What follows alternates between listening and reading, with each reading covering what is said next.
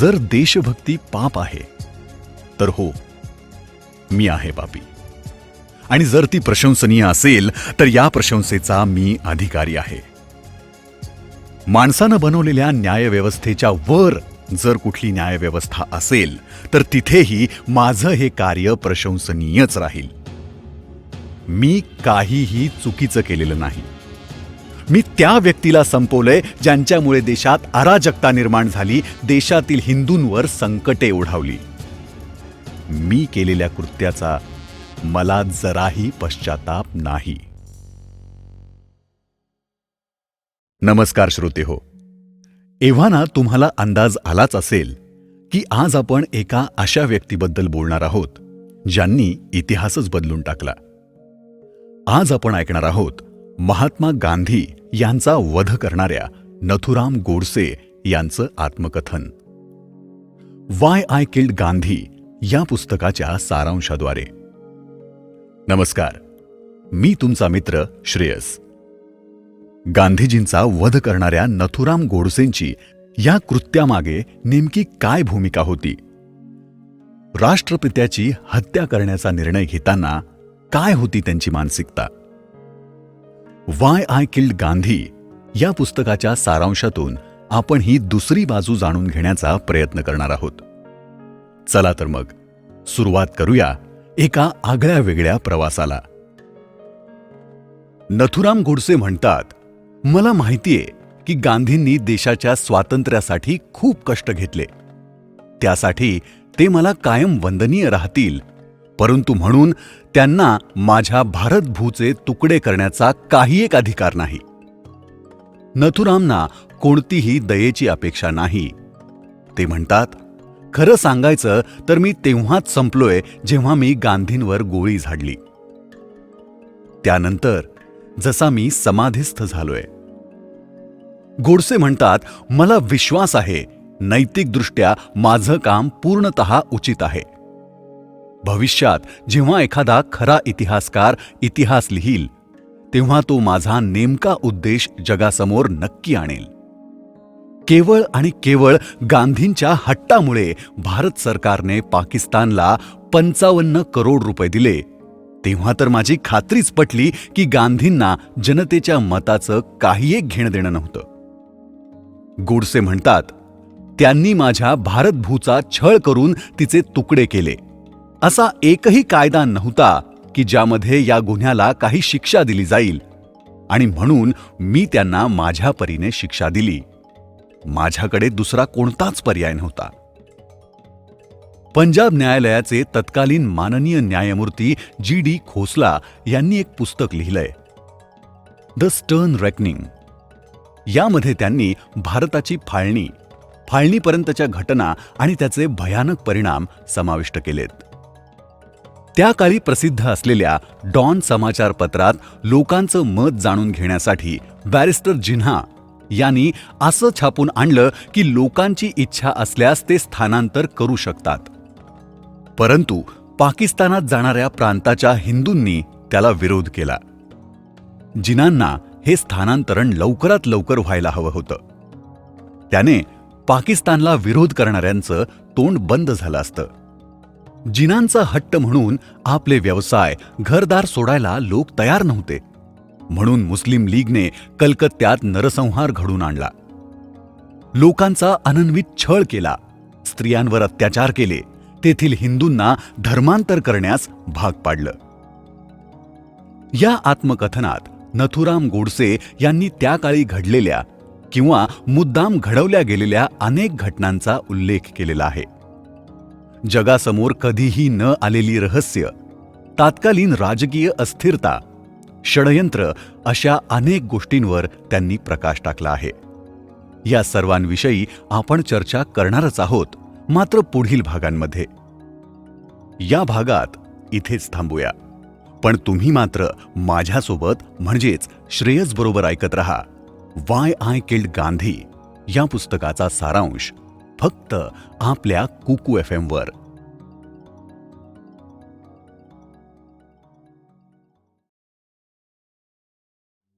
नमस्कार श्रोते हो, आपण ऐकत आहोत वाय आय किल्ड गांधी या पुस्तकाचा ऑडिओ सारांश. मी आहे आपला मित्र श्रेयस. गांधींच्या वधाचे जे काही साक्षीदार होते त्या सर्वांचं हेच म्हणणं होतं की भारत सरकारने गांधींच्या हट्टामुळे पाकिस्तानला 55 करोड रुपये दिले, त्यामुळे त्यांचा वध केला गेला. 13 जानेवारीला गांधींनी उपोषणाला सुरुवात केली आणि 14 जानेवारीला मंत्रिमंडळाच्या बैठकीत पाकिस्तानला 55 करोड रुपये देण्याचा निर्णय घेण्यात आला, ज्याला गांधींनी युनिक अर्थात अद्वितीय असं म्हटलंय. प्यारेलालजींनी आपल्या पुस्तकात एका घटनेचा उल्लेख केला आहे. ते म्हणतात, उपोषण सुरू असताना गांधींना विचारलं गेलं की पंजाब स्टेशनवर जो नरसंहार झाला, कराचीमध्ये जे हत्याकांड झालं, त्यावर तुमच्या उपोषणाचा काही प्रतिकूल परिणाम नाही होणार का? तेव्हा गांधी म्हणाले होते, माझ्या मनात देखील हा विचार आला होता, परंतु म्हणून मी स्वतःला सत्य मार्गावरून चालण्यापासून नाही रोखू शकत. श्री न वी गाडगीळ तेव्हाचे केंद्रीय मंत्री होते. ते म्हणतात, प्रार्थना स्थळावर जे घडलं ती 55 करोड रुपये दिल्याची प्रतिक्रिया होती. गांधींनी एवढे पैसे देण्याची आज्ञा दिली जेव्हा देश आधीच आर्थिक अडचणींचा सामना करत होता आणि त्या पैशांचा उपयोग भारताच्या सैनिकांवर हल्ला करण्यासाठी केला जाणार होता. त्यामुळे जनता चिडलेली होती, ज्याचं पर्यवसन गांधींच्या हत्येत झालं असं सरदार पटेल यांचं मत होतं. श्री राजगोपालाचारी म्हणतात की भारताने 55 करोड रुपये देऊन आपली नैतिकता सिद्ध केली. पश्चिम प्रांतातून जे निर्वासित भारतात येत होते त्यांची धारणा होती की आपण आपल्या मातृभूमीत येतोय, पण इथे आल्यावर त्यांना जशी वागणूक मिळाली त्यांनी त्यांची मनं दुखावली गेली, कारण त्यांनी आपापल्या प्रांतात परत जावं असं गांधींना वाटत होतं. त्यामुळे निर्वासितांच्या मनात गांधीजींविषयी तिरस्काराची भावना निर्माण झाली. खरं तर सामान्य हिंदू जनता आणि हिंदू महासभेचे पदाधिकारी यांना गांधींच्या मुस्लिम धार्जिण्या धोरणांमुळे त्यांची चीड येत होती. हिंदूंच्या मते गांधींच्या या नीतीमुळेच भारताचे विभाजन झाले. दिल्लीत राहणाऱ्या हिंदू आणि सिख निर्वासितांना हिंदू महासभेचा मोठा आधार होता. ते चिडलेले होते. ते त्यांचा राग मोर्चे काढून नारे देऊन व्यक्त करत. पुण्यात सुद्धा गांधींच्या या नीतीचा राग तिथल्या हिंदूंना येत होता. आपल्या साक्षीत गोपाळ गोडसेंनी सांगितलं की गांधींना राजकीय मंचावरून हटवल्याशिवाय हिंदूंचं आणि त्यांच्या हिंदुत्वाचं रक्षण शक्य नाही. त्यामुळे अहिंसा परमो धर्मः, धर्म हिंसा तथैव च या उक्तीप्रमाणे गांधींचा वध करण्याचं षडयंत्र नथुराम आणि त्यांच्या सहकाऱ्यांनी रचलं. गोपाळ गोडसेंच्या म्हणण्याप्रमाणे त्यांना पहिल्या प्रयत्नात यश मिळालं नाही, परंतु दुसऱ्या प्रयत्नात त्यांनी ते मिळवलं. गोपाळ गोडसे म्हणतात, जरी नथुराम आणि आपटे पकडले गेले असते तरी गांधी वाचले नसते.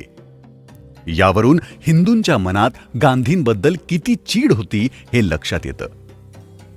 खरं तर पंजाबच्या हिंदूंच्या मनात गांधींबद्दल आदर होता. ते त्यांची पूजा करत होते, पण अशा काही घटना घडल्या ज्यामुळे ती श्रद्धा घटत गेली. पाकिस्तानला 55 करोड रुपये देण्याचा हट्ट गांधींनी केला, त्यामुळे निर्वासितांना राग आला. त्यांना वाटत होतं की त्या पैशांचा उपयोग आपल्याच सैनिकांना मारण्यासाठी होणार आहे, जे रात्रंदिवस आपलं संरक्षण करतात. गांधीजी आपल्या प्रवचनानंतर होणाऱ्या प्रश्नोत्तराच्या वेळी म्हटले होते, मुसलमानांचं संरक्षण झालं पाहिजे, मग इथल्या हिंदूंना त्याचा त्रास झाला तरी हरकत नाही. निर्वासितांवर झालेल्या अमानुष अत्याचारांवर थोडी सहानुभूती सुद्धा ते दाखवत नव्हते. हे असे बोल आणि शासनाचं मुस्लिमांना संरक्षण निर्वासितांना खुपत होतं. गांधींचे कार्यकर्ते गांधींसमोर वेगळं चित्र उभं करत होते. मुस्लिमांवर खूप अन्याय होतोय. जे निर्वासित आहेत त्यांच्याकडे भरपूर धन आहे, ते सुखात आहेत. शासनाद्वारे दिल्या जाणाऱ्या योजनांचा ते दुरुपयोग करत आहेत असा खोटा प्रचार ते करत होते. त्यामुळे निर्वासित हिंदू संतप्त झाले. न्यायमूर्ती कपूर यांच्या म्हणण्याप्रमाणे निर्वासित गांधींवर चिडले होते, पण त्यांना मारण्याचा त्यांचा हेतू नव्हता. कारण गांधीजींनी जे काही चांगलं काम केलं होतं त्याबद्दल निर्वासितांना त्यांच्याबद्दल आदरभावच होता. पण महाराष्ट्रामधले सावरकरवादी विचारसरणीचे कार्यकर्ते गांधींवर जास्तच क्रोधित होते. जे अहिंसेचा पुरस्कार करणारे होते ते स्वतःच हिंसेचा बळी ठरले. परंतु श्री कपूर यांचं म्हणणं थोडं विसंगत वाटतं. श्री रंधावा, जे की एक साक्षीदार होते, त्यांनी असं सांगितलं की गांधींच्या उपोषणावेळी निर्वासित घोषणा देत होते, मरता है तो मरने दो असे. कारण निर्वासितांना आसरा द्यायचा सोडून गांधी मुस्लिमांना 55 करोड रुपये द्या यासाठी लढत होते. तर मित्रांनो, हा होता वाय आय किल्ड गांधी या पुस्तकाच्या सारांशाचा दुसरा भाग. पुढचा भाग ऐकण्यासाठी माझ्या अर्थात श्रेयस बरोबर ऐकत रहा कुकू FM.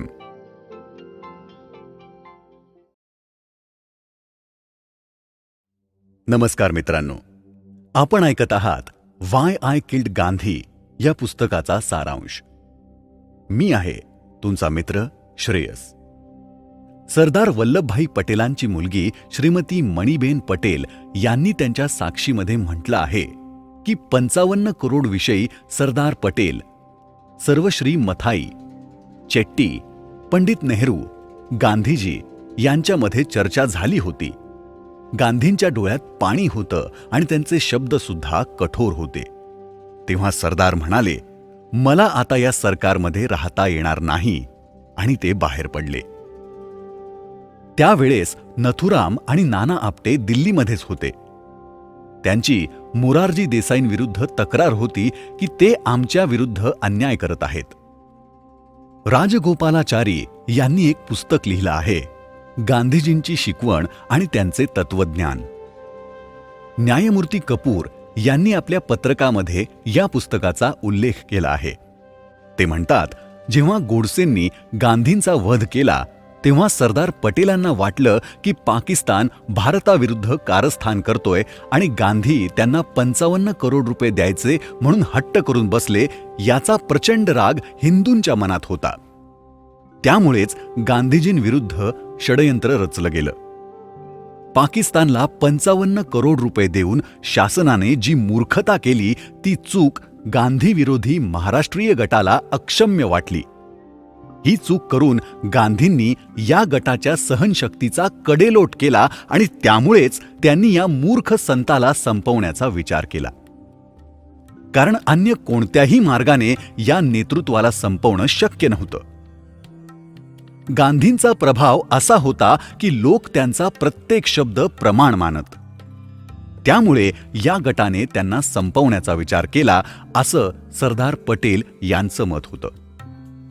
गांधींचा वध करण्यामागे कोणती विचारसरणी होती हे पटेलांना कसं ठाऊक, आणि त्यांनी लगेचच गांधींच्या वधामागे काय कारण परंपरा होती हे राजगोपालाचारींना कसं सांगितलं, हे मात्र एक कोडच राहिलंय. गांधी वध पूर्व ज्ञान आणि उदासीन नेतागण. गोपाळ गोडसे, विष्णू करकरे आणि मदनलाल पाहावा या तिघांना गांधींच्या वधाच्या आरोपाखाली 34 वर्ष कारावास झाला. त्यांची सुटका झाल्यावर त्यांच्या मित्रांनी एका समारोहाचं आयोजन केलं होतं. त्या कार्यक्रमात बोलताना श्री गजानन केतकरांनी आपले काही विचार मांडले. त्यात ते म्हणतात, मी गांधींचा वध थांबवण्याचा प्रयत्न केला होता आणि शासनाला सूचना देखील केली होती. या सूचनेवर हिंदू विरोधी वृत्तपत्रांनी भरपूर गोंधळ घातला होता. अशा कोणकोणत्या व्यक्ती होत्या ज्यांना गांधीवधाबद्दल पूर्वसूचना होती, किंवा शासनाने या बाबतीत कुठली कुठली पावले उचलली? यासाठी शासनाने कपूर आयोगाची स्थापना केली. जेव्हा खटला सुरू झाला तेव्हा प्राध्यापक JC जैन यांनी न्यायाधीश आत्माचरण यांच्यासमोर अशी साक्ष दिली की मदनलाल पाहावा यांनी त्या षडयंत्राबाबत त्यांना काहीतरी सांगितलं होतं. ही साक्ष न्यायाधीश कपूर यांच्यासमोरही झाली होती. यामध्ये साक्षीदाराच्या म्हणण्यानुसार कोणाचीही इच्छा नव्हती की गांधीजी वाचावेत. पुढे श्री जैन म्हणतात की मी जेवढं करू शकत होतो तेवढं मी केलं. मी मुंबईच्या राज्याचे मुख्य सचिव यांनाही सांगितलं होतं, जयप्रकाश यांनाही सांगितलं होतं आणि हॅरिस यांना देखील मी सांगितलं होतं. माझ्या परीने जेवढं शक्य होतं तेवढं मी केलं, पण या सर्वांनी माझ्या म्हणण्याची दखलही घेतली नाही. यात माझा तो दोष काय? स्वतःच्या प्रतिवृत्तमध्ये न्यायाधीश कपूर यांनी असा सारांश लिहिला आहे की स्वर्गीय बाळूकाका कानिटकर, त्यावेळचे शेतकरी कामकरी पक्षाचे कार्यकर्ता श्री रोके, खाडीलकर, स्वर्गीय केशवराव जेथे आणि श्री ग व्ही केतकर या अधिकाऱ्यांना पण या गोष्टीची पूर्ण कल्पना होती की पुण्याचं वातावरण हे गांधीजींच्या विरुद्ध तापलेलं आहे. या व्यक्तींपैकी फक्त स्वर्गीय बाळूकाका कानिटकर आणि भागवत यांनी मुंबईचे मुख्यमंत्री श्री खेर आणि उपप्रधानमंत्री सरदार वल्लभभाई पटेल यांना सूचना केली होती, परंतु त्यांनी अधिकाऱ्यांना याबद्दल काही सांगितलं नाही. न्यायमूर्ती कपूर पुढे म्हणतात की या गोष्टीची पडताळणी करण्यासाठी कोणीही गुप्तचर विभागासोबत संपर्क केला नाही याचं मला आश्चर्य वाटतं. श्री काका गाडगीळ तेव्हाचे केंद्रीय मंत्री होते. ते म्हणतात की पंजाब आणि बंगालच्या हिंदूंवर विभाजनामुळे जे संकट ओढावलं त्यामुळे गांधीजींविरुद्ध लोकांच्या मनात क्रोध होता. पुण्यामध्ये गांधींविरुद्ध उघड कठोर शब्दात टीका केली जात असे. श्री नेहरू देखील हिंदू विरोधात उघड बोलत असत. त्यामुळे निर्वासितांच्या मनात असं आलं की गांधीजी त्यांच्यासाठी काहीच करत नव्हते, पण मुसलमानांसोबत ते सहकार्याने वागत. आपल्या प्रार्थनेनंतरच्या भाषणामध्ये गांधीजी केवळ हिंदूंवर टीका करत होते. त्यामुळे निर्वासित गांधींच्या या वागण्याला कंटाळले होते. एकंदरीतच या ठिणगीचा पुढे जाऊन वणवा होणार अशी चिन्ह दिसू लागली होती. मित्रांनो, वाय आय किल्ड गांधी या पुस्तकाचा सारांश तुम्ही ऐकताय. हा सारांश तुम्हाला कसा वाटला हे तुम्ही आम्हाला जरूर कमेंट सेक्शनमध्ये लिहू शकता. पुढील भाग ऐकण्यासाठी माझ्या अर्थात श्रेयस बरोबर ऐकत रहा कुकू FM. मित्रांनो नमस्कार. कुकू FM वर आपण ऐकत आहात वाय आय किल्ड गांधी या पुस्तकाचा सारांश. मी आहे तुमचा मित्र श्रेयस. श्री V.P. मेनन यांनी एक पुस्तक लिहिलं, the story of the integration of Indian states. त्यातल्या एका परिच्छेदाचा सारांश असा आहे की जे राष्ट्र आपला इतिहास आणि आपल्या भूगोलाकडे पाठ फिरवतो त्या राष्ट्राचा विनाश अटळ आहे. काश्मीरवर जेव्हा हल्ला झाला तेव्हा काश्मीरच्या महाराजांनी हिंदुस्थानाकडे मदत मागितली. हिंदुस्थानमध्ये विलीन होण्याची लिखित संमती त्यांनी दिली. श्री मेनन यांनी अशी सूचना दिली की त्या लिखित संमतीचा स्वीकार करावा. त्यांच्या सूचनेला विशेष महत्त्व होतं कारण ते सरदार वल्लभभाई पटेल यांचे सचिव होते. त्यावेळेस सरदार वल्लभभाई पटेल हे देशाचे गृहमंत्री आणि उपप्रधानमंत्री होते. काश्मीर हे हिंदुस्थानाचं मस्तक आहे. 14व्या शतकापर्यंत तिथे बुद्ध आणि अन्य हिंदू राजांचं राज्य होतं. डॉक्टर स्टेन यांनी काश्मीरच्या इतिहासाबाबत असं लिहिलं आहे की मुस्लिम आक्रमणाच्या कालखंडाच्या पूर्वीपासून ते आजपर्यंत अविरत इतिहास लेखन जर कुठल्या हिंदुस्थानच्या भूखंडाचं झालं असेल तर ते काश्मीर आहे. मुस्लिमांनी जेव्हा काश्मीरवर आक्रमण केलं तेव्हा काश्मीरला गुलामगिरीचं स्वरूप आलं. तिथल्या विकसित वास्तूसुद्धा उद्ध्वस्त केल्या गेल्या. हिंदूंना भ्रष्ट करण्याचं काम मोठ्या प्रमाणावर सुरू होतं. सन 1587 मध्ये अकबराने काश्मीर याला मोगल साम्राज्यात सामील करून घेत मुघलांनी तेथे जवळपास 200 वर्ष त्याचा हिल स्टेशन म्हणून वापर केला. त्यानंतर तिथे सन 1750 मध्ये अफगाणिस्तानच्या अहमदशहा अब्दाली याने हिंदुस्थानवर आक्रमण केले आणि काश्मीरला आपल्या अधीन करून घेतले. मुस्लिमांच्या क्रूरतेचं वर्णन अनेक इतिहासकारांनी लिहून ठेवलेलं आहे. इस्लाम धर्माची वृद्धी कोणकोणत्या प्रकाराने केली गेली याचं ज्ञान आपल्याला त्यातून होतं. सन 1394 मध्ये सिकंदर नावाचा सुलतान गादीवर आला तो केवळ मूर्तीपूजकांचा द्वेषी नव्हता, तर इस्लाम धर्माचा प्रचार करण्यासाठी त्याने खूप क्रूर उपाय योजले. एक तर धर्मांतर म्हणजे इस्लाम धर्माचा स्वीकार, दुसरं म्हणजे देशाचा त्याग करायचा, आणि ज्यांनी धर्मांतर करण्यास नकार दिला किंवा देशाचा त्यागही करण्यास नकार दिला अशा यज्ञोपवीतधारी हिंदूंना मारून टाकणे. असे किती जण मेले याचा निश्चित अंदाज बांधता येत नाही. 1819 मध्ये शूरवीर शीख राजा रणजित सिंग यांनी मुसलमानांच्या तावडीतून जसा पंजाब मुक्त केला तसाच काश्मीर देखील मुक्त केला. सन 1846 पर्यंत काश्मीर शीख राजांच्या अधिपत्याखाली राहिला. पूर्वी उल्लेख केल्याप्रमाणे 14व्या शतकानंतर बहुतांश लोकसंख्या ही मुस्लिम बनत गेली. स्त्रियांना पळवणं आणि त्यांना भ्रष्ट करणं हे तर अनेक शतकांपासून चालू होतं. संस्कृतीची विस्कटलेली घडी पुन्हा बसवण्यासाठी आणि हिंदू धर्माची पुन्हा प्रस्थापना करण्यासाठी 19व्या शतकामध्ये तिथल्या राजाने संस्कृतीकरण आणि शुद्धीकरणाचा प्रयत्न केला. परंतु त्याला काशीच्या पंडितांनी विरोध केला. त्यामुळे तिथले बहुतांश नागरिक हे मुसलमानच राहिले. सन 1857 मध्ये राजा गुलाब सिंग यांचा देहांत झाला. त्यानंतर त्यांचा मुलगा हरिसिंग, त्यांच्यानंतर राजा प्रताप सिंग आणि त्यानंतर 1915 पासून महाराज हरिसिंग यांनी गादी सांभाळली. राजा हिंदू होता, त्यामुळे त्यांनी मुसलमानांना टक्कर देण्यासाठी संपूर्ण सतर्कता पाळली होती. त्यांच्या सेनेच्या महत्त्वाच्या स्थानांवर फक्त हिंदू व्यक्तीच असायचे. पाकिस्तान निर्मितीच्या अंदाजे 2 महिन्यांनंतर पाकिस्तानी टोळीवाल्यांनी काश्मीरवर हल्ला केला. स्वतःचे सैन्य होते ते सगळे मुझफ्फराबाद येथे एकत्र आणले. नारायण सिंग या वाहिनीचे सेनापती होते. त्यामध्ये मुसलमान सैनिक देखील सामील होते. परंतु जसा हल्ला झाला तसे त्या गटातले मुसलमान सैनिक शस्त्र घेऊन पळून गेले आणि ते त्या टोळीवाल्यांना सामील झाले आणि जाता जाता त्यांनी वाहिनी प्रमुखालाही मारून टाकलं.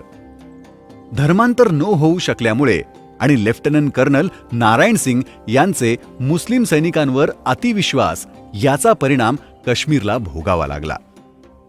सन 1930 ते 32 या कालखंडात शेख अब्दुल्ला यांच्या नेतृत्वाखाली अखिल जम्मू काश्मीर मुस्लिम कॉन्फरन्स या आंदोलनाचा प्रारंभ झाला, ज्याचं लक्ष होतं मुसलमानांना त्यांचे अधिकार मिळवून देणे. धूर्त शेख अब्दुल्ला यांनी सन 1936 मध्ये धर्मनिरपेक्षतेचा वापर केला. शेख अब्दुल्ला याला सेक्युलरवादाचा पुरस्कर्ता म्हणून तेव्हापासून ओळखलं जाऊ लागलं. शेख अब्दुल्लाने चालू केलेले दंगे तेव्हापासून नॅशनल कॉन्फरन्स या नावाने ओळखले जाऊ लागले. 1946 मध्ये काश्मीर छोडो या आंदोलनाचा त्यांनी प्रारंभ केला, ज्याचं लक्ष तिथले महाराज होते. तेव्हापासून गांधीजींचा एकच धोशा होता की काश्मीरच्या महाराजांनी तिथली सत्ता मुसलमानांच्या हाती देऊन स्वतः काशीला निघून जावं. साहजिकतः भविष्यात याचे खूप गंभीर परिणाम होणार होते. संकटाचं एक मोठं वादळ घोंगावत होतं. मित्रांनो, वाय आय किल्ड गांधी या पुस्तकाचा सारांश आपण ऐकत आहात. हा सारांश आपल्याला कसा वाटला हे आपण कमेंट सेक्शनमध्ये लिहून आम्हाला कळवू शकता. आम्ही आपल्या कमेंट्सची वाट पाहत आहोत. या पुस्तकाच्या सारांशाचा पुढील भाग ऐकण्यासाठी माझ्या अर्थात श्रेयस बरोबर ऐकत रहा कुकू FM. नमस्कार मित्रांनो, तुम्ही ऐकत आहात वाय आय किल्ड गांधी या पुस्तकाचा सारांश. मी आहे तुमचा मित्र श्रेयस. 11 ऑगस्ट 1947ला गांधी काश्मीरमध्ये गेले. त्यांच्या वेळोवेळीच्या वक्तव्यावरून तिथे राजकीय क्षेत्रात खळबळ उडाली होती. गांधीजी म्हणत होते की माझ्या यात्रेचा उद्देश काश्मीर हिंदुस्थानात जावं की पाकिस्तानात यावर दबाव टाकणे नसून काश्मीरचं भविष्य इथली जनताच ठरवेल, कारण शेवटी प्रजाहित सर्वश्रेष्ठ आहे. काश्मीरमध्ये मुसलमानांची संख्या अधिक होती. धर्मनिरपेक्षतेच्या नावाखाली शेख अब्दुल्ला यांना काश्मीरचं स्वतंत्र अस्तित्व हवं होतं. सन 1946 मध्ये शेख अब्दुल्ला यांना काश्मीर छोडो या आंदोलनामुळे 9 वर्षांचा कारावास झाला. परंतु 15 महिन्यातच त्यांची सुटका झाली. श्री कारबेल यांनी असा अंदाज व्यक्त केला की पंडित नेहरूंमुळेच त्यांची सुटका झाली. कारागृहातून सुटल्यानंतर लगेच अब्दुल्ला यांनी प्रचार सुरू केला की काश्मीरची सत्ता जनतेच्या हाती दिली जावी. स्वराज्य आणि देशाचं विभाजन या प्रक्रियांसोबतच आता राज्यांचं विलिनीकरण हा प्रश्नही जोडला गेला. काश्मीरचं भविष्य इथली जनताच ठरवेल हा निर्णय घेणं हा भारतीय नेत्यांचे, मुस्लिमांचे संतुष्टीकरण आणि दूरदर्शीपणाच्या अभावाचा उत्तम नमुना होता. भारतीय नेते हे विसरले होते की काश्मीरची भूमी हिंदू भूमीचा भाग आहे. त्यांना बळजबरीनं मुसलमान केलं होतं. आपली सेना तेथे बलिदान देणार, सरकार मुस्लिमांना सांगणार की तुम्ही सुरक्षित आहात आणि तिथल्या अल्पसंख्य हिंदूंचे भवितव्य हे तिथले मुसलमान ठरवणार. एवढे परिश्रम कशासाठी? भारतीय सैनिकांना का बळी द्यायचं? यावर श्री व्ही.पी. मेनन यांनी म्हटलंय, एक गोष्ट मात्र खरी आहे, आपले अखंडत्व गमावून उदार होणे कोणत्याही देशासाठी हानिकारकच आहे आणि भारताला स्वतःच्याच सावलीला घाबरणे योग्य नाही. हिंदुस्थानाच्या भूमीवर खरं तर पाकिस्तान कधीच अपेक्षित नव्हता. तो तर हिंदुस्थानचा भाग होता. भारताने भारताचं अखंडत्व गमावून पाकिस्तानच्या देशविस्ताराची भूक भागवणं हे आपल्या देशासाठी कितपत योग्य आहे, याचा विचार तत्कालीन नेत्यांनी केला नसेल का? या विपरीत परिस्थितीमध्ये सुद्धा हिंदुस्थानाने पाकिस्तानला 55 करोड रुपये न देण्याचा जो निर्णय घेतला होता तो गांधीजींच्या उपोषणामुळे बदलावा लागला. गांधीजींच्या या हट्टाचं पटेलांना खूप दुःख झालं. ते दुःख स्वतःच्या प्रतिष्ठेचं किंवा अप्रतिष्ठेचं नव्हतं, तर ते दुःख भारतभूचे तुकडे होणार याचं होतं. मित्रांनो, आतापर्यंत आपण ऐकली नथुराम गोडसे यांच्या न्यायालयातील निवेदनापूर्वीची पार्श्वभूमी. या पुढील भागात आपण ऐकणार आहोत नथुराम गोडसे यांच्या न्यायालयातील निवेदनाचा सारांश. मी श्रेयस तुमच्याबरोबर. ऐकत रहा कुकू FM. नमस्कार मित्रांनो, नथुराम गोडसे यांच्या वाय आय किल्ड गांधी या पुस्तकाचा सारांश आपण ऐकत आहोत. मी श्रेयस तुमच्याबरोबर. न्यायमूर्ती आत्माचरण आपल्या आसनावर विराजमान झालेले होते. सर्वदूर शांतता पसरलेली होती. आरोपी आपापल्या कटघऱ्यात उभे होते. दोन्ही पक्षाचे वकील देखील तिथे उपस्थित होते. न्यायालय खच्चून भरलेलं होतं. केवळ आरक्षित अधिकाऱ्यांनाच आत प्रवेश होता. अशा या गंभीर वातावरणामध्ये न्यायमूर्तींनी आरोपींना प्रश्न विचारण्यास सुरुवात केली. न्यायमूर्ती म्हणाले, तुझ्या विरुद्ध प्रॉसिक्युटर्सनी ज्या काही साक्षी प्रस्तुत केल्या त्या तू ऐकल्यास. त्यावर तुझं काय म्हणणं आहे? यावर नथुरामने न्यायालयाकडे लिखित निवेदन सादर करण्याची परवानगी मागितली. देशभक्ती पाप आहे जर, मी आहे पापी घोर भयंकर, पण आहे पुण्यकर्म जर, आहे अधिकार माझा त्यावर, निश्चल उभा मी या वेदीवर. माननीय न्यायमूर्ती यांच्या सेवेमध्ये मी नथुराम विनायक गोडसे आरोपी क्रमांक 1 नम्रतापूर्वक निवेदन सादर करतो. या शब्दांमध्ये नथुरामने आपलं निवेदन सादर करण्यास सुरुवात केली. निवेदनाच्या सुरुवातीच्या 25 परिच्छेदांमध्ये त्याच्यावर लावलेले वेगवेगळे आरोप आणि त्यांची माहिती याबद्दल लिहिलेलं आहे. 20 जानेवारी 1948ला गांधींच्या प्रार्थनास्थळावर जो गोळीबार झाला त्याचा आणि 30 जानेवारी 1948 या दिवशी प्रार्थनास्थळावर झालेल्या विस्फोटाचा काही एक संबंध नाही असं सुरुवातीलाच नथुराम सांगतात. ते म्हणतात, 30 जानेवारीला प्रार्थनास्थळावर जी घटना झाली त्याचा सर्वस्वी जबाबदार मी एकटा आहे. अवैधपणे पिस्तूल बाळगल्याचा आरोप मात्र नथुरामने स्वीकार केलेला आहे. त्यांनी ते पिस्तूल दिल्लीमधून विकत घेतल्याचं सांगितलेलं आहे. पुढे नथुराम असं सांगतात की मी नेहमीच उघड उघड असं सांगतो की माझे सिद्धांत गांधीजींच्या सिद्धांताविरुद्ध आहेत. मी नेहमीच त्यांच्या सिद्धांताविरुद्ध प्रचार करत आलेलो आहे. माझा या गोष्टीवर पूर्ण विश्वास आहे की अहिंसेचा अतिप्रचार हिंदूंना निर्बल बनवेल आणि शेवटी तर ते प्रतिरोध करायचाच विसरून जातील. त्यामुळेच मी सार्वजनिक कार्यात भाग घेऊ लागलो आणि माझ्यासारख्या विचार करणाऱ्या लोकांचे संघटन करू लागलो. त्याच दिशेने मी आणि आपटेने काम करायला सुरुवात केली. त्यासाठी आम्ही अग्रणी नावाचे एक दैनिक पत्र सुरू केले. यामध्ये आम्ही आमचे गांधी विरोधातील विचार प्रकाशित करत होतो. आम्ही फक्त गांधींच्या अहिंसा या तत्वाच्या विरोधात नव्हतो, तर ही एक गोष्ट देखील आम्हाला सतत सलत होती की गांधी त्यांच्या विचारांमध्ये मुसलमानांची बाजू घेत होते आणि त्याच सिद्धांतांनी ते हिंदू जातीला अधिकाधिक हानी पोहोचवत होते. त्यापुढे नथुराम सांगतात की मी माझ्या अग्रणी या वृत्तपत्रातून गांधीजींचे विचार आणि त्यांचे उपोषण यावर खरमरीत टीका केली. गांधीजींनी जेव्हा आपले विकृत राजकीय विचार प्रकट करायला सुरुवात केली, तेव्हा मी आणि माझे सहकारी श्री आपटे यांनी निश्चय केला की आपण गांधीजींच्या कार्यक्रमांचा शांतीपूर्वक विरोध करू. असे प्रदर्शन आम्ही पाचगणी, पुणे, मुंबई आणि दिल्ली येथे केले. आमच्या आणि गांधींच्या विचारांमध्ये फार तफावत होती आणि ती नंतर वाढूच लागली. कारण गांधीजींच्या आदेशानुसार मुसलमानांना अधिकाधिक सुविधा दिल्या जाऊ लागल्या. गांधींच्या इशाऱ्यावर नाचणाऱ्या काँग्रेसने 15 ऑगस्ट 1947ला देशाचं विभाजन स्वीकार केलं आणि तेव्हापासूनच गांधीजी आणि माझ्यातले मतभेद जास्त विकोपाला गेले. पिस्तूल कशी मिळवली याबाबत बोलताना नथुराम सांगतात की योगायोगानं मला दिल्लीमध्ये एक माणूस भेटला जो शस्त्र विकत होता. त्यानं मला एक पिस्तूल दाखवली. मला ती पिस्तूल आवडली आणि मी ती विकत घेतली. ही तीच पिस्तूल आहे ज्याने गांधीजींना निशाणा बनवलं. गांधीवादाच्या बाबतीत स्वातंत्र्यवीर सावरकरांनाही या प्रकरणात गोवलं गेलं होतं. सरकारी वकिलांच्या म्हणण्याप्रमाणे जर सावरकर यांनी मार्गदर्शन केलं नसतं तर नथुराम गांधींचा वध करूच शकला नसता. पण याचं खंडन करून नथुराम सांगतात की हा आरोप मी स्वीकारू शकत नाही, कारण असा आरोप करणं म्हणजे माझ्या बुद्धीचा सरळ सरळ अपमान करणं आहे. स्वतःबद्दल बोलताना ते सांगतात की मी एका भक्तिपरायण ब्राह्मण कुटुंबात जन्म घेतला.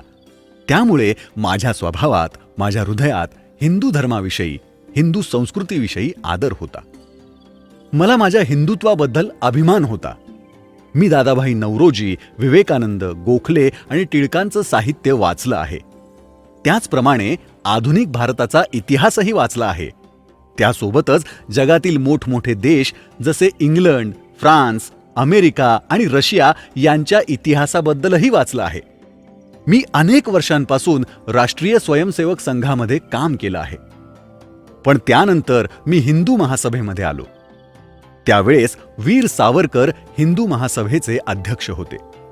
त्यांच्याच मार्गदर्शनाने हिंदू संघटनेचे वारे वाहू लागले होते. मी खूप मेहनतीने हिंदू महासभेचं काम केलं, इतकं की सावरकर मला व्यक्तिशः ओळखायला लागले होते. हिंदू महासभेचं कार्यालय सावरकर यांच्या घरातच होतं. त्यामुळे त्यांच्या घरी नेहमी येणं जाणं होत असे. नथुराम इथे एका गोष्टीचा प्रकर्षाने उल्लेख करतात की जेव्हा आम्ही सावरकर सदनमध्ये जात होतो तेव्हा आम्ही खालच्या मजल्यावर थांबायचो. सावरकर वरच्या मजल्यावर राहत होते आणि आम्ही जेव्हा केव्हा त्यांना भेटायचो ते त्यांचा वेळ घेऊनच. गेल्या 3 वर्षांपासून सावरकरांची तब्येत तशी खराबच होती. त्यामुळे ते सतत झोपूनच असत. त्यांनी त्यांचं सार्वजनिक कार्य थांबवलं होतं. त्यामुळे हिंदू महासभेचे नेतृत्व करण्यासाठी अशी प्रभावशाली व्यक्ती कोणी उरलीच नव्हती आणि हिंदू महासभेचं कार्य हळूहळू शिथिल होत गेलं. त्यामुळेच मी ठरवलं की माझ्यासारखा विचार करणाऱ्या युवकांचा एक गट तयार करून बाकी कोणाचाही विचार न घेता गांधीवाद आणि मुस्लिम लीगशी लढायला सिद्ध व्हायचं. गांधीजी जेव्हा दिल्लीला आले तेव्हा तिथं मंदिरात त्यांनी कुराण वाचलं. तिथल्या जनतेनं आणि पुजाऱ्यांनी याला विरोध केला. तरी देखील गांधीजींनी त्यांना जुमानलं नाही, परंतु त्यांनी कधीही कुठल्याही मशिदीमध्ये गीता वाचण्याची हिंमत केली नाही. कारण त्यांना माहिती होतं की एखाद्या मशिदीमध्ये जर गीता पठण केली तर मुसलमान आपले काय हाल करतील. ते नेहमीच सहनशील हिंदूंना त्रास देत आलेत आणि म्हणूनच मी त्यांच्या या विचारांना संपवण्याचा निर्णय घेतला. मला दाखवून द्यायचं होतं की जेव्हा हिंदूचा अपमान होतो तेव्हा तो सहनशीलता सोडू शकतो. नथुराम गांधींचा वध करण्यास का उद्युक्त झाले याबद्दल सांगताना ते म्हणतात की भारताचं विभाजन होणार हे जवळपास निश्चितच झालं होतं. त्यावर हिंदू सभेचे कार्यकर्ते या नव्या काँग्रेस सरकारला कशी साथ द्यायची याचा विचार करत होते.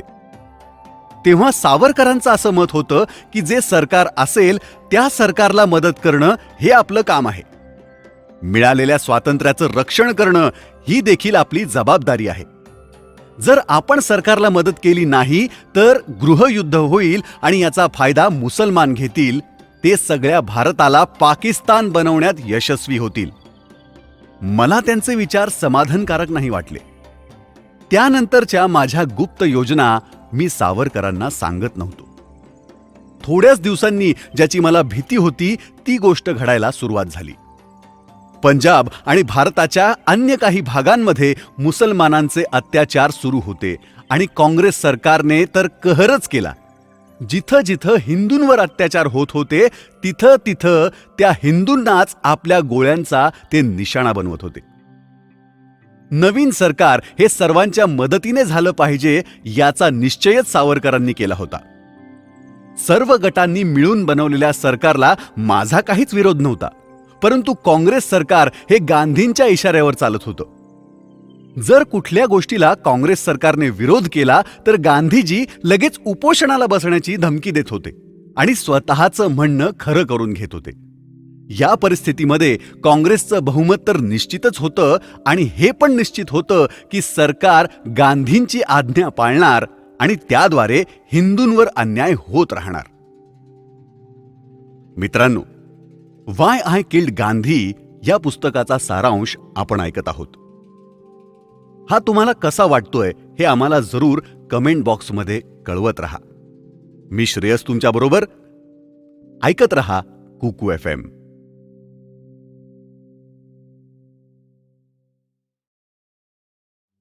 नमस्कार मित्रांनो, वाय आय किल्ड गांधी या पुस्तकाचा सारांश आपण ऐकत आहोत. मी आहे तुमचा मित्र श्रेयस. जसं की मी सुरुवातीलाच म्हणालो होतो, काँग्रेस खरं तर वेगळ्या निवडणूक पद्धतीच्या विरुद्ध होती. परंतु 1916 मध्ये काँग्रेसने लखनौमध्ये मुसलमानांच्या विचित्र मागण्यांचा स्वीकार केला आणि प्रत्येक वेळेस काँग्रेस तसंच करत गेली. त्यामुळे काँग्रेस आपल्या ध्येयापासून विचलित झाली. सन 1920 मध्ये लोकमान्य टिळकांच्या निधनानंतर गांधींचा प्रभाव काँग्रेसमध्ये वाढू लागला. ते सत्य आणि अहिंसेच्या घोषणा देत. कुठलाही समजदार व्यक्ती याला नावं ठेवू शकत नाही. सर्वच शांतीपूर्ण आंदोलनात या प्रकारच्या घोषणा देत असतात. सर्वसामान्य जनता आपल्या रोजच्या जीवनामध्ये या उच्च सिद्धांतावर चालेल हे केवळ एक दिवास्वप्नच आहे. खरं तर आपल्या कर्तव्याचे पालन करण्यासाठी, आपल्या सन्मानाची रक्षा करण्यासाठी, आपल्या देशासाठी अहिंसा सोडून हिंसेच्या मार्गावर चालावंच लागतं. माझा या गोष्टीवर अतिशय विश्वास आहे की अत्याचाराचा सामना शस्त्रानेच केला जाऊ शकतो. अत्याचारी शत्रूचा बिमोड करण्यासाठी शस्त्राचा वापर करणं मी पवित्र समजतो. छत्रपती शिवाजी महाराजांनी ज्या प्रकारे अफजल खानाला मारलं ती पद्धत अत्यंत योग्य होती.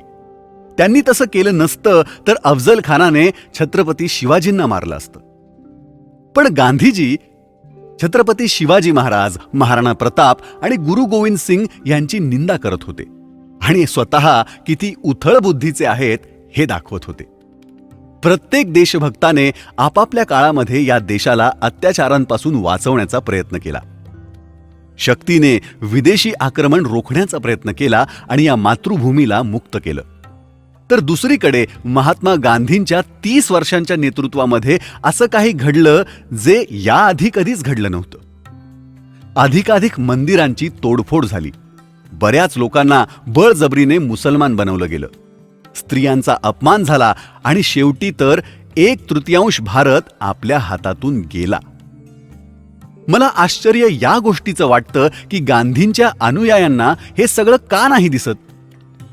एखाद्या अंध व्यक्तीलाही हे दिसू शकतं. गांधीजी तर छत्रपती शिवाजी, महाराणा प्रताप आणि गुरु गोविंद सिंग यांच्या पुढे तर काहीच नव्हते. हे त्या वीरांचीच निंदा करत होते. हीच ती काँग्रेस पार्टी आहे जिला इंग्रजांनी अनेक शक्ती प्रदान केल्या होत्या. आणि त्याच काँग्रेसने मुसलमानांच्या हिंसेसमोर मान खाली घालून घाबरून जाऊन भारताच्या विभाजनाला परवानगी दिली. पुढे जाताना नथुराम सांगतात की कदाचित माझं म्हणणं बऱ्याच लोकांना रुचणार नाही, परंतु गांधी हे एक हिंसक शांतीमूर्ती होते, ज्यांनी सत्य आणि अहिंसेच्या नावाने या देशावर अनेक अडथळे आणले. 32 वर्षांपासून गांधीजींनी मुसलमानांसाठी जे कार्य केलं ते आणि पाकिस्तानला 55 करोड रुपये देण्यासाठी केलेले उपोषण, या दोन्ही गोष्टींमुळे मी गांधींना संपवण्यास उद्युक्त झालो. भारतात आल्यानंतर अशा नीतीने त्यांनी कार्य करण्यास सुरुवात केली. स्वतःचा शब्द अंतिम असं त्यांना वाटू लागलं. देशाच्या नेतृत्वाला जर त्यांची गरज असेल तर त्यांचा शब्द काँग्रेसला ऐकावाच लागत होता, नाहीतर ते स्वतःचा मार्ग चालण्यास तयार होते. अशा परिस्थितीमध्ये काँग्रेसकडे दुसरा पर्यायच नव्हता. एकतर गांधींचा प्रत्येक शब्द ऐकून कार्य करायचं, नाहीतर त्यांच्याशिवाय प्रत्येक निर्णय ते स्वतःच घेत.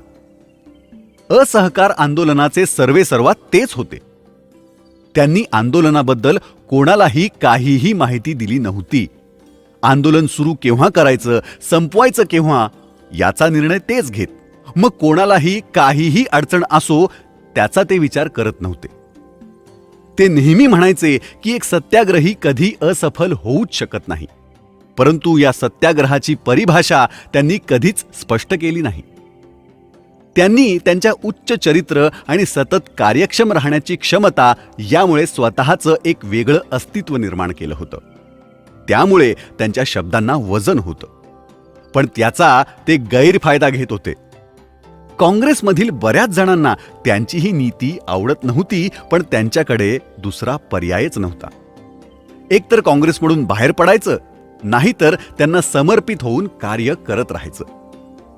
त्यामुळेच ते चुकांवर चुका करत गेले. त्यामुळे असफलतेवर असफलता मिळवत गेले आणि देशावर अडचणींचा डोंगर आणून ठेवला.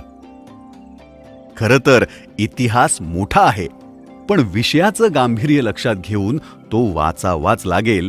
त्याशिवाय नथुराम चुकला की बरोबर हे आपल्याला कळणार नाही. मित्रांनो, वाय आय किल्ड गांधी या पुस्तकाचा सारांश आपण ऐकतो आहोत. मी तुमचा मित्र श्रेयस तुमच्या बरोबर. ऐकत रहा कुकू FM. नमस्कार मित्रांनो, नथुराम गोडसे लिखित वाय आय किल्ड गांधी या पुस्तकाचा सारांश आपण ऐकत आहोत. मी श्रेयस तुमच्या बरोबर. या भागात आपण नथुराम यांच्या निवेदनातील काही मुद्दे आणि त्याबाबत गांधीजींचे वर्तन किंवा मत याविषयी ऐकूयात. खिलाफत. भारतीय मुसलमान खिलाफत चळवळीमध्ये अधिक अग्रेसर होते. त्यांना पूर्णपणे खात्री होती की मुसलमानांच्या पतनास इंग्रजी सत्ताच जबाबदार आहे. त्यामुळे त्यांनी खिलाफत चळवळ पुन्हा सुरू करण्यासाठी आंदोलन केलं. गांधीजींना वाटलं या खिलाफतच्या निमित्ताने मुसलमानांचं पण नेतृत्व करता येईल आणि त्या निमित्ताने हिंदू मुसलमान एक होतील आणि इंग्रज आपल्याला आपलं राज्य परत देतील. या कामी त्यांनी काँग्रेसला लावलं आणि राजकीय आंदोलनात सांप्रदायिकता आणली. काही दिवस खिलाफत चळवळ चांगली सुरू राहिली, पण थोड्याच दिवसात ती असफल व्हायला लागली. मुसलमानांना याचा राग आला आणि त्यांचा राग ते हिंदूंवर काढू लागले. त्यामुळे ठिकठिकाणी हिंदू मुस्लिम संघर्ष झाला आणि हिंदूंना बरीच हानी झाली. गांधींचं हिंदू मुसलमान एकतेचं स्वप्नच राहिलं. मोपल्यांचे बंड. मालाबार, बंगाल, पंजाब आणि सीमा प्रांतांमध्ये हिंदूंवर मोठ्या प्रमाणात अत्याचार झाला. हिंदूंचं धन, संपत्ती, त्यांच्या जगण्यावर हल्ला झाला. शेकडो हिंदूंना बळजबरीनं मुसलमान बनवण्यात आलं. ही घटना इतिहासात मोपल्यांचे बंड म्हणून प्रसिद्ध आहे. हिंदूंवर एवढा अन्याय झाला तरी गांधीजी याबद्दल चकार शब्द सुद्धा कुठे बोलले नाहीत किंवा त्याबद्दल साधा निषेधही व्यक्त केला नाही. अफगाणला युद्धाचं आमंत्रण. इंग्रजांना विरोध करणं हे प्रत्येक मुसलमानाचं पवित्र कर्तव्य आहे. या धोरणानुसार गांधीजी आणि अलीभाईंनी मिळून गुप्तपणे धनाधीश अफगाणिस्तानला भारतावर आक्रमण करण्याचं आमंत्रण दिलं आणि लागेल ती मदत करण्याचं आश्वासनही दिलं.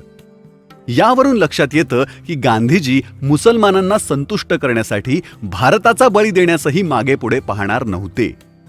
पण ब्रिटिश गुप्तचरांना याचा सुगावा लागला आणि गांधींची ही इच्छा अपूर्ण राहिली. सिंध प्रांताचं विभाजन. सन 1928 पर्यंत जिनांचा भारतात प्रभाव वाढला होता. गांधींनी देश आणि हिंदूंना नुकसान पोहोचवून जिनांच्या अवास्तव मागण्यांचा स्वीकार केला. त्यापैकीच सिंध प्रांत हा मुंबईपासून वेगळा करणं ही एक मागणी होती. प्रत्येक मागणी पूर्ण करताना मुसलमान आपलं वर्चस्व मान्य करतील, पर्यायाने हिंदू मुस्लिम एकत्र येतील असं त्यांना वाटत होतं. प्रत्येक वेळेला त्यांचं हे स्वप्न अपूर्णच राहिलं. प्रत्येक पराजयानंतर गांधीजी हिंदू मुस्लिम एकतेसाठी अधिक उत्साहानं कार्य करत असत.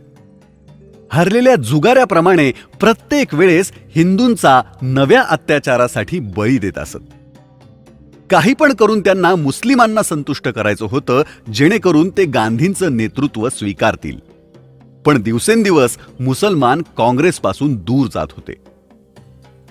1929च्या शेवटी इंग्रजांनी गोलमेज परिषदेचं आयोजन केलं. मॅकडोनाल्ड प्रधानमंत्री होते आणि कामगार पक्षाचं मंत्रिमंडळ. त्यावेळेस मिठाचा सत्याग्रह केल्यामुळे हजारो लोक कारागृहात गेले होते. 1931 साली गांधींना या परिषदेसाठी पाठवण्यात आलं. त्यामध्ये जनतेच्या हिताचा एकही निर्णय घेण्यात आला नाही. गांधींनी मॅकडोनाल्डला हिंदू मुस्लिमांना वेगवेगळे निवडणूक अधिकार देण्यास सांगितलं, ज्याने हिंदू मुस्लिम फुटीच्या आगीत तेल ओतण्याचं काम केलं. त्यानंतर गांधींनी भारत छोडो आंदोलन सुरू केलं. गांधींनी जनतेला करा किंवा मरा अशी आज्ञा दिली. काँग्रेसचे नेते जेलमध्ये गेले. 3 आठवड्यामध्ये सरकारने हे आंदोलन चिरडून टाकलं. काँग्रेस नेत्यांनी हर तऱ्हेने प्रयत्न केले, परंतु इंग्रजांनी 2 वर्षांपर्यंत कोणालाही सोडलं नाही. जिनांनी भारत छोडो आंदोलनाला विरोध केला, कारण त्यांना ते मुस्लिम हित विरोधी वाटलं आणि त्यांनी भारताचं विभाजन करा आणि जा हे नारे द्यायला सुरुवात केली.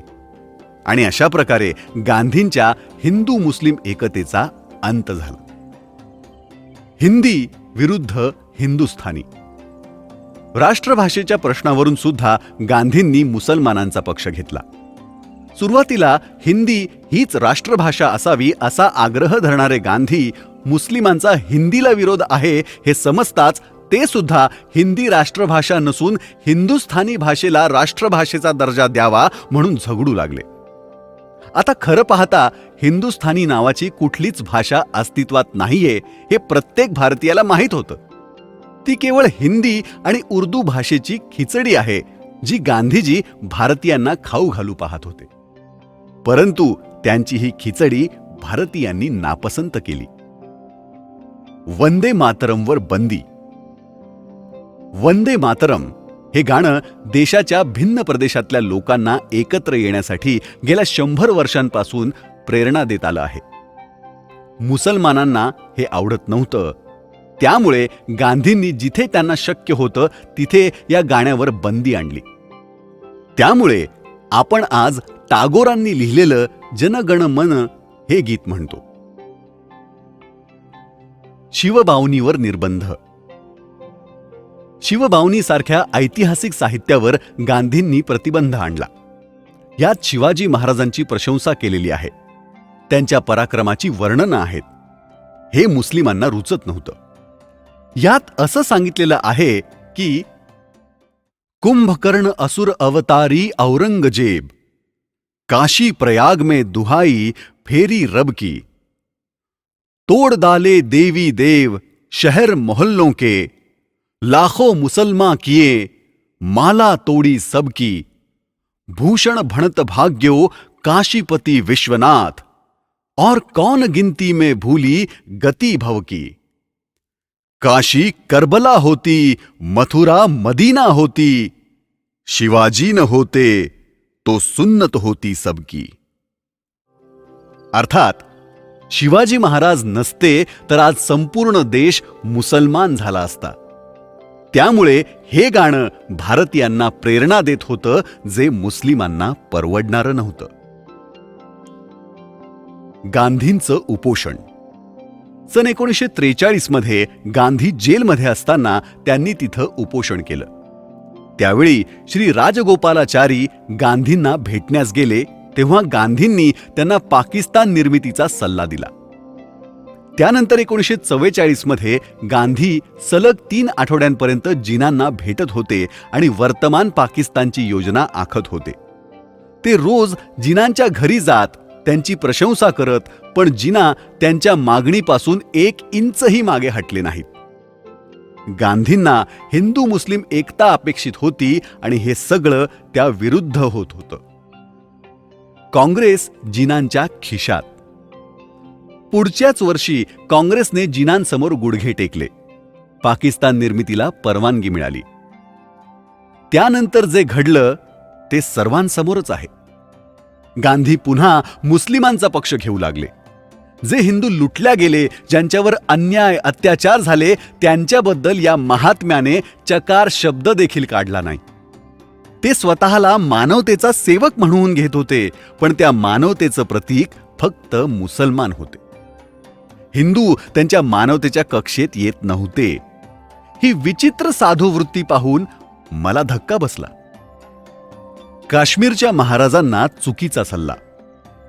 काश्मीरविषयी गांधी नेहमी काश्मीरची सत्ता शेख अब्दुल्लाच्या हाती द्यावी असा सल्ला देत, कारण तिथे मुस्लिम लोकसंख्या जास्त आहे.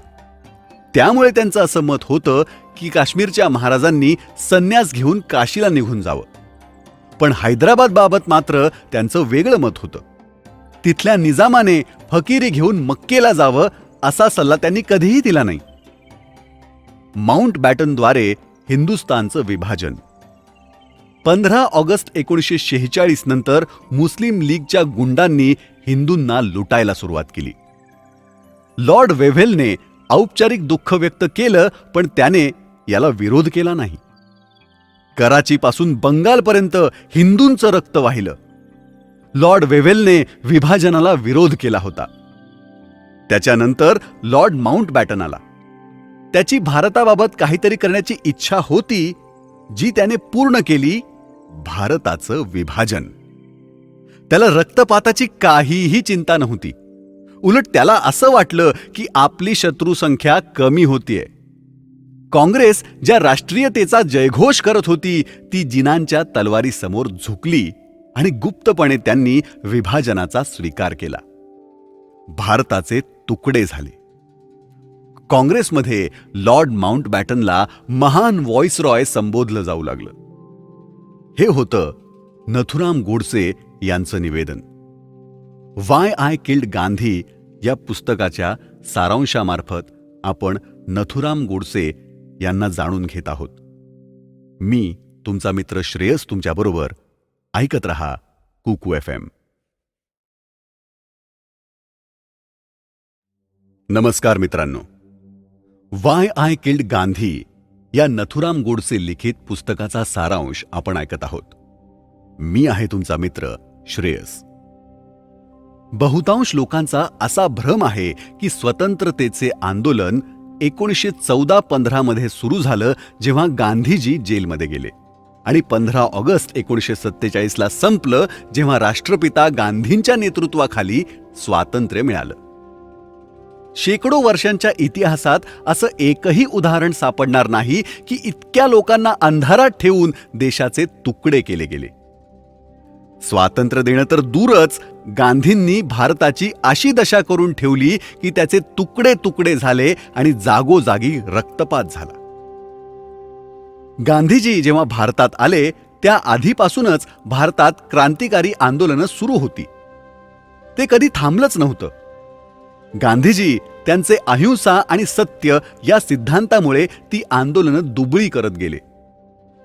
क्रांतिकारी आंदोलन बंगाल आणि महाराष्ट्रातून पंजाबपर्यंत पोहोचलं. आंदोलनातले क्रांतिकारी शिक्षित होते. स्वातंत्र्याच्या यज्ञकुंडात आपली आहुती देणारे ते खरे देशभक्त होते.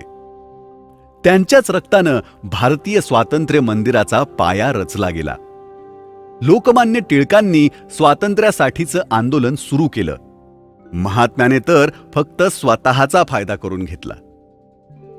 शांतीच्या मार्गाने चालणारे लोक क्रांतिकारी आंदोलनाला नावं ठेवीत. गांधीजी तर आपल्या प्रत्येक भाषणात, लेखात क्रांतिकारी आंदोलनाची निंदा करीत. त्याविरुद्ध भारतीय जनता या क्रांतिकाऱ्यांचं कौतुक करीत. क्रांतिकारकांची एकच नीती होती, ती म्हणजे राष्ट्राला विदेशी सत्तेपासून स्वातंत्र्य मिळवून द्यायचं. प्रसंगी युद्धासाठी सुद्धा ते तयार होते. गांधी फक्त क्रांतिकारकांनाच विरोध करत नव्हते, तर ते त्यांची निंदा देखील करत, ज्यांचे विचार गांधींपेक्षा वेगळे असत. इंग्रजांनी भारत सोडण्याची 3 कारणं दिली होती, ज्यात गांधींची काहीच भूमिका नव्हती. कारण क्रमांक 1, सन 1857 पासून 1932 पर्यंतचे क्रांतिकारी आंदोलन आणि त्यानंतर गांधींच्या सिद्धांताविरुद्धचा 1942चा विद्रोह आणि त्यानंतर सुभाषचंद्र बोस यांचे महान देशकार्य, ज्याने भारतीय सेनेत विद्रोहाची भावना जागवली. गांधीजी सुरुवातीपासूनच या सर्वाविरुद्ध होते. स्वातंत्र्य मिळवण्याचं दुसरं श्रेय जातं ते विधानसभेत संवैधानिक अधिकारांसाठी जे लढले, ज्यामध्ये लोकमान्य टिळक, NC केळकर, श्री CR दास, विठ्ठलभाई पटेल, पंडित मदन मोहन मालवीय आणि भाई परमानंद जगत, जे 10 वर्षांपासून हिंदू महासभेचे नेते होते, पण या नेत्यांची गांधींनी नेहमीच चेष्टा केली. तिसरं आणि महत्त्वपूर्ण कारण, इंग्लंडच्या लेबर पार्टीच्या हातात सत्ता गेली. चर्चिलच्या हातून सत्ता गेली आणि युद्ध खर्चाच्या भाराने इंग्लंडची आर्थिक स्थिती दयनीय झाली. देश जोपर्यंत गांधींच्या धोरणानुसार चालत होता, सगळीकडे गोंधळाची परिस्थिती होती. गांधींनी क्रांतिकारी आंदोलनाचा, व्यक्तींचा आणि क्रांतिकारी संघांचा विरोध केला आणि देशाला चरखा, अहिंसा आणि सत्याग्रहासारख्या निरर्थक गोष्टी दिल्या. मित्रांनो, व्हाय आय किल्ड गांधी या पुस्तकाचा सारांश आपण ऐकत आहोत. तुम्हाला हा सारांश कसा वाटतोय, तुम्ही आम्हाला इथे कमेंट बॉक्समध्ये लिहून तुमच्या प्रतिक्रिया कळवा. आम्ही आपल्या प्रतिक्रियांची वाट पाहत आहोत. मी आहे तुमचा मित्र श्रेयस. ऐकत रहा कुकू FM. नमस्कार मित्रांनो, कुकू FM वर आपण ऐकत आहात व्हाय आय किल्ड गांधी या नथुराम गोडसे लिखित पुस्तकाचा सारांश. मी आहे तुमचा मित्र श्रेयस. गांधींच्या हिंदू मुस्लिम एकतेच्या सिद्धांताचं महत्त्व तेव्हाच नष्ट झालं जेव्हा पाकिस्तान निर्माण झाला. सुरुवातीपासूनच मुस्लिम लीग भारतवर्ष एक देश नाही या मताचे होते. गांधींना वाटत होतं की दोघे मिळून स्वातंत्र्याचं युद्ध लढूया. हिंदू तर या धोरणानुसारच वागत होते, पण मुसलमानांनी गांधींकडे नेहमीच दुर्लक्ष केलं. परिणामी भारताचं विभाजन झालं. गांधी आणि जिनांचे परस्पर संबंध सुद्धा लक्षात घेण्याजोगे आहेत. जेव्हा 1920 मध्ये जिना राष्ट्रीय विचार सोडून काँग्रेसपासून वेगळे झाले आणि त्यांनी स्वतंत्र मुस्लिम लीगची स्थापना केली. स्पष्टच सांगायचं झालं तर त्यांनी एक संदेश त्याद्वारे दिला की मुसलमानांनी काँग्रेसवर विश्वास ठेवता कामा नये. ते स्वतःला मुस्लिमांचे हितचिंतक समजत होते आणि त्याद्वारे ते असा प्रचार करत होते की मुसलमानांनी स्वातंत्र्य युद्धात हिंदूंची मदत करू नये. ते उघड उघड भारताचे तुकडे करा असं म्हणत होते. गांधींना हे कळून चुकलं की जिनांसमोर आपली आध्यात्मिक शक्ती निष्फळ ठरतीये. तेव्हा त्यांनी आपलं धोरण बदलायला हवं होतं किंवा दुसऱ्या कोणाला जिनांना हाताळायची संधी द्यायला हवी होती. परंतु ते एवढे प्रामाणिक नव्हते की देशाच्या हितासाठी ते आपली महत्वाकांक्षा सोडून देतील. देशात सगळीकडे हिंसाचार सुरू असताना गांधी हिंदूंना उद्देशून म्हणत, आपल्याला शांतीपूर्वक हा विचार केला पाहिजे की आपण कुठे वाहत जातोय. हिंदूंनी मुसलमानांविरुद्ध क्रोध करू नये, भलेही मुसलमान त्यांना मिटवण्याचा विचार करत असतील. जर मुसलमान सर्वांना मारून टाकत असतील तर आपण शूरपणे मरणाला सामोरं जावं. आपण मरणाला अजिबात घाबरू नये. जन्माला आलेला एक ना एक दिवस मरतच असतो. जर आपण हसत हसत मेलो तर आपण एक नवीन जीवनात प्रवेश करू. पुढे गांधी सांगतात, माझ्याकडे रावळपिंडीवरून गृहस्थ आले होते. तिथल्या परिस्थितीमुळे ते त्रासलेले होते. मी त्यांना समजावून सांगितलं की तुम्ही शांत राहा. देव आहे, तुम्ही त्याचं भजन करत राहा, सर्व काही ठीक होईल. त्यांनी विचारलं, पाकिस्तानात जे राहिले त्यांचं काय? मी त्यांना म्हटलं, तुम्ही इथे का आलात? तिथेच मेले का नाहीत? माझं तर नेहमी एकच म्हणणं असतं, आपल्यावर जरी कितीही अन्याय झाला, अत्याचार झाले, तरीही आपण जिथे पडलेले आहोत तिथेच पडून राहायला हवं, तिथेच मरायला हवं. हे बोलणं होतं 23 सप्टेंबर 1947 रोजीचं. गांधींनी विचार करायला हवा होता की हिंदूंमध्ये जी प्रतिशोधाची आग धगधगत होती ती स्वाभाविक होती. मुस्लिम प्रांतात हजारोंची कत्तल झाली कारण ते हिंदू होते. पाकिस्तानात हिंदूंची खूप आंदोलनं झाली. ती केवळ या अन्यायाच्या भावनेमुळे यशस्वी झाली. यानंतर नथुराम म्हणतात की मी याआधीही सांगितलेलं आहे की भारताच्या स्वातंत्र्य लढ्यात गांधींनी कशा प्रकारे अडचणी आणल्या होत्या. ते आपल्या धोरणावर ठाम नव्हते. सुरुवातीला त्यांनी म्हटलं की इंग्लंड आणि जर्मनीच्या युद्धात आपण इंग्लंडची मदत केली नाही पाहिजे, कारण युद्ध म्हणजे हिंसा असते. पण गांधींच्या मित्रांनी सरकारकडून करार करून घेतला आणि युद्धाचं सामान पुरवून भरपूर कमाई करून घेतली. जर गांधींचा आपल्या तत्वांवर विश्वास होता तर काश्मीरमध्ये रायफल आणि बंदुकीच्या जागी चरखे पाठवण्याचे आदेश त्यांनी द्यायला हवे होते. ही तर आपली तत्वे सिद्ध करण्याची सुंदर संधी त्यांना मिळाली होती, पण त्यांनी ती संधी गमावली. त्यांनी काश्मीरवर आक्रमण करणाऱ्यांसमोर ना उपोषण केलं ना कुठली आंदोलनं केली. का?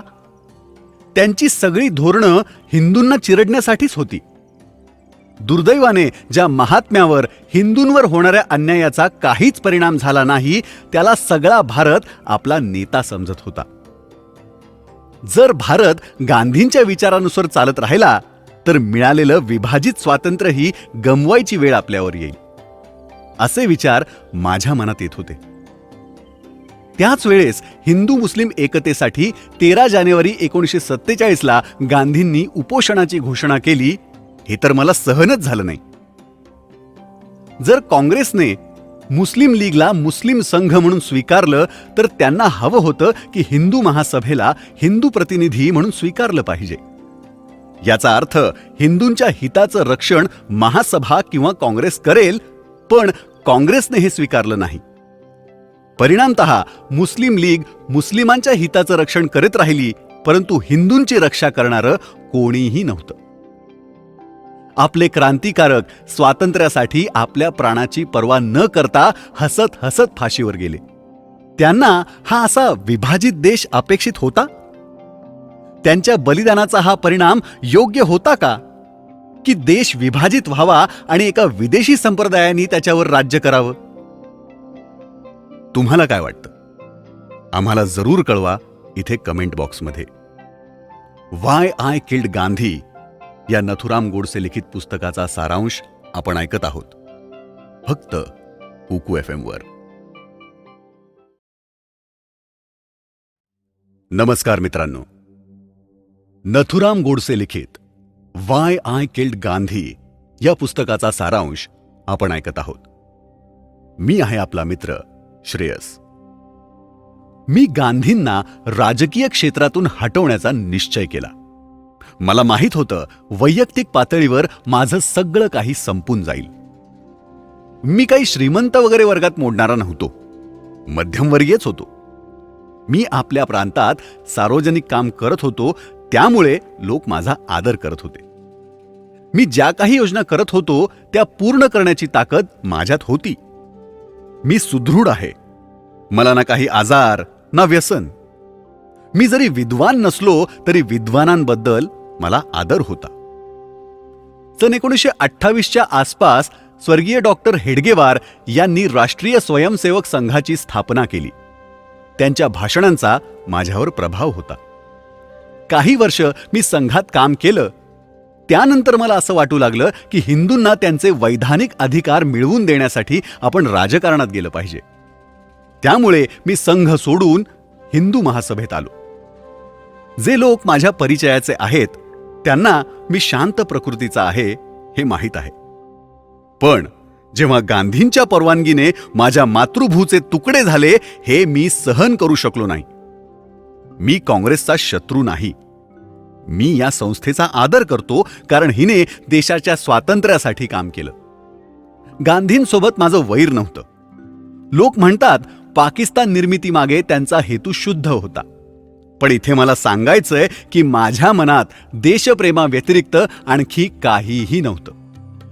मला हत्यार उचलावं लागलं कारण पाकिस्तान निर्मितीनंतर ज्या काही भयंकर घटना घडल्या त्या केवळ गांधींमुळेच घडल्या.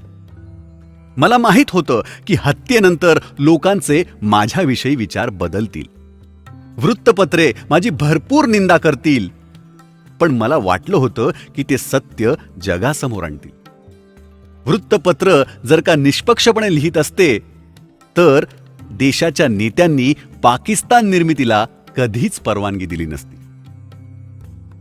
काही लोकांच्या मते पाकिस्तानची निर्मिती झाली नसती तर देश अजूनही पारतंत्र्यातच राहिला असता. मला तसं नाही वाटत. नेत्यांनी आपली पापं लपवण्यासाठी ही अफवा पसरवलेली आहे. 15 ऑगस्ट 1947ला कपट केल्याने पाकिस्तान स्वीकारावा लागला. पंजाब, बंगाल, सीमा प्रांत आणि सिंधच्या हिंदूंचा कोणीही विचार केला नाही. देशाचे तुकडे झाले आणि एक धर्मांध मुस्लिम राज्य बनवलं गेलं. गांधीवादी नेत्यांनी त्या लोकांना देशद्रोही संबोधलं ज्यांनी पाकिस्तानला विरोध केला. या दुर्घटनेमुळे माझी मनःशांती भंगली. जर एवढं होऊन देखील काँग्रेस पाकिस्तानच्या हिंदूंची रक्षा करत असली असती तर मी थोडा शांत झालो असतो. जनतेला सरळ सरळ फसवलं जातंय हे मी पाहूच शकत नव्हतो. तिथल्या करोडो हिंदूंना मुसलमानांच्या दयेवर सोडून गांधीवादी म्हणत सुटले की तिथल्या हिंदूंनी पाकिस्तानमधून यायला नव्हतं पाहिजे. जेव्हा या गोष्टी मला आठवतात मी संतापाने पेटून उठतो. रोज हजारो हिंदूंना मारण्यात आलं. हिंदू स्त्रियांना नग्न करून त्यांची मिरवणूक काढण्यात आली. प्राण्यांसारखं त्यांना विकण्यात आलं.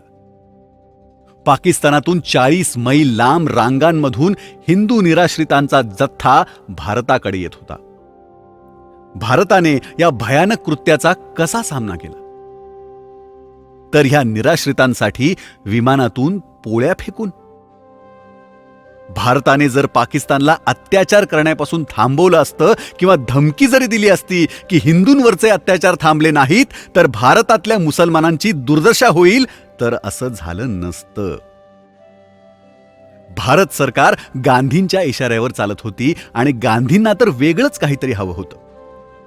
जर पाकिस्तानातल्या हिंदूंसाठी बातमीपत्रांनी काही लिहिलं तर याचा अर्थ असा घेतला जात होता की हिंदू मुस्लिम भेद पसरवण्याचा प्रयत्न केला जातोय.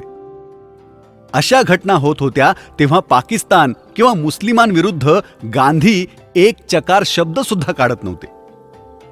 हिंदू जात आणि संस्कृती मिटवण्यासाठी मुस्लिमांनी जे अत्याचार केले त्याचं मूळ गांधी होते. सगळ्यात महत्त्वाचं म्हणजे मुस्लिमांशी संबंधित समस्यांमध्ये गांधींनी कधीच जनतेचा विचार केला नाही. त्याच काळात त्यांनी आमरण उपोषणाची घोषणा करत ज्या काही अटी ठेवल्या त्या सगळ्या हिंदूंविरुद्ध होत्या. शेवटी गांधींच्या अस्थी भारत आणि विदेशातल्या प्रमुख नद्यांमध्ये प्रवाहित केल्या गेल्या, पण पाकिस्तानने त्या आपल्या प्रांतातल्या सिंधू नदीत विसर्जित करू दिल्या नाहीत. माझं ना कोणाशी वैर आहे ना कोणाबद्दल द्वेष, पण मी आवर्जून सांगतो की या सरकारबद्दल माझ्या मनात किंचितही आदर नव्हता, कारण ते अयोग्य प्रकारे देशाच्या शत्रूंचे हात मजबूत करत राहिले. हे फक्त गांधींमुळे होतं.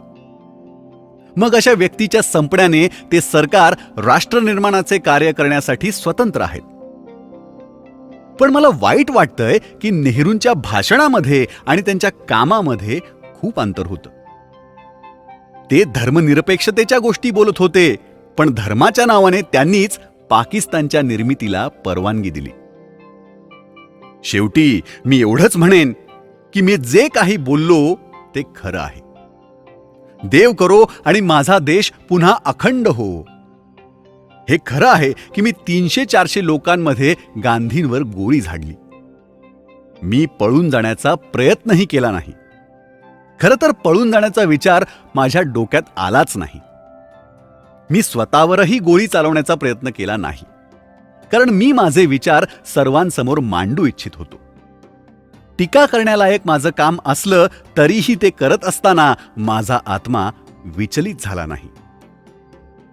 मला या बाबतीत जराही शंका नाही की भविष्यात खरा आणि इमानदार इतिहासकार जेव्हा हा इतिहास लिहील तेव्हा तो माझ्या कामाचं आणि त्याच्या परिणामांचं खरं मूल्यांकन करेल. व्हाय आय किल्ड गांधी या पुस्तकाचा सारांश आपण ऐकत आहोत. मी आहे आपल्याबरोबर श्रेयस, फक्त कुकू FM वर. नमस्कार मित्रांनो. नथुराम गोडसे लिखित व्हाय आय किल्ड गांधी या पुस्तकाचा सारांश आपण ऐकत आहोत. मी आहे आपला मित्र श्रेयस. माननीय सरदार वल्लभभाई पटेल यांनी दिल्लीला पत्रकार परिषद घेतली. त्यात त्यांनी पत्रकारांना उद्देशून म्हटलं आहे की पाकिस्तानचे अर्थमंत्री श्री गुलाम अहमद यांनी पाकिस्तानला बाकी रक्कम देण्याविषयी जे म्हटलं आहे ते आपण वाचलंच असेल. हे महाशय सरकारी अधिकारी आहेत. त्यांनी न्याय क्षेत्रात उच्च पदांवरती कामं केलेली आहेत. ते हैदराबाद संस्थानाचे अर्थमंत्री होते.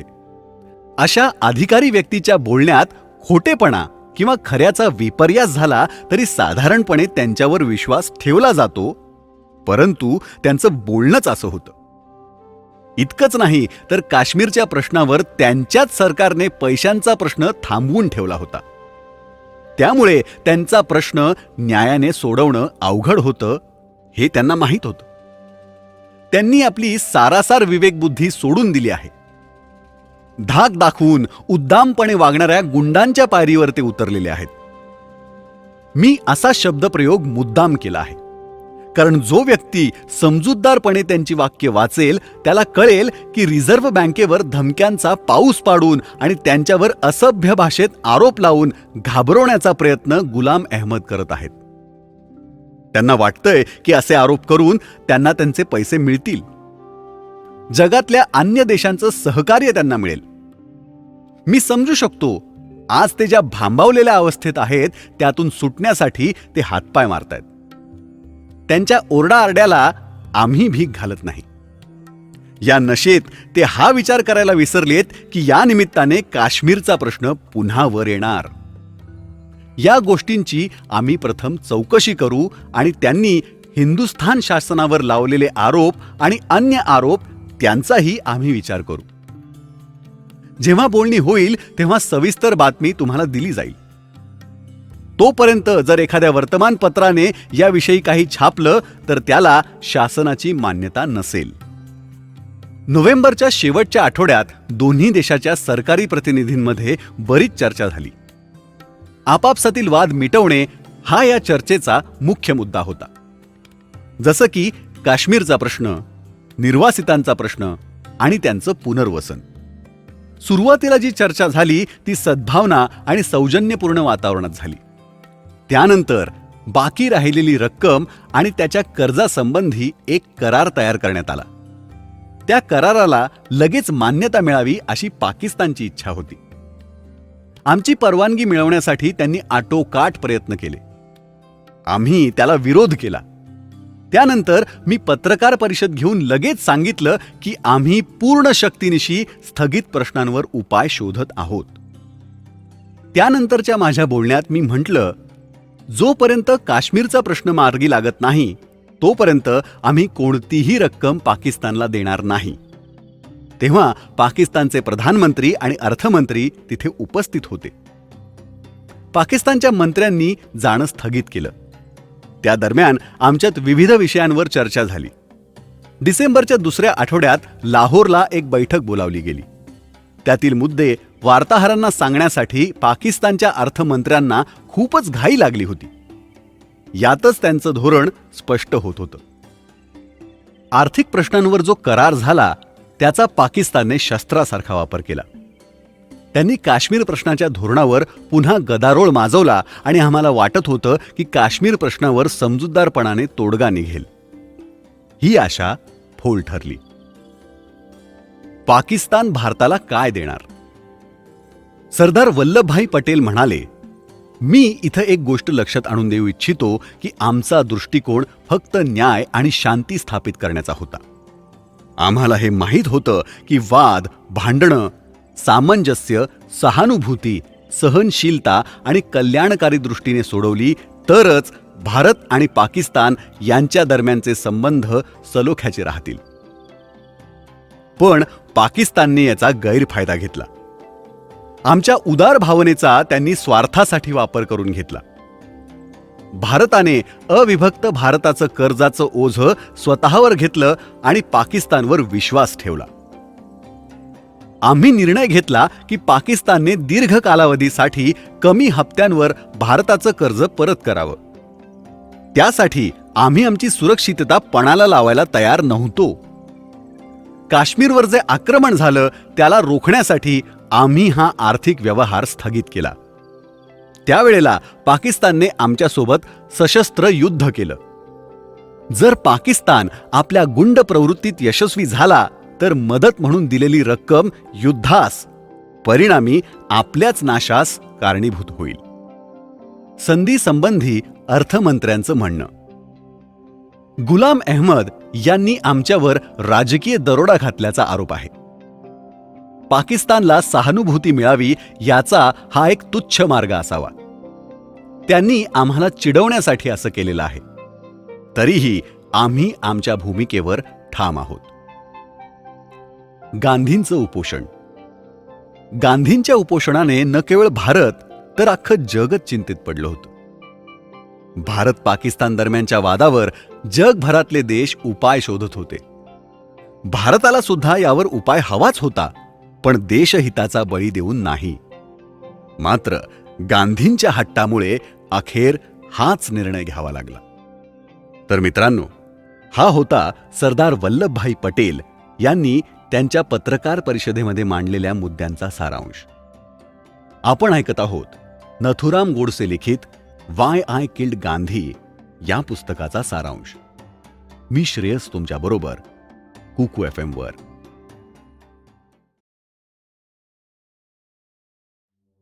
नमस्कार मित्रांनो.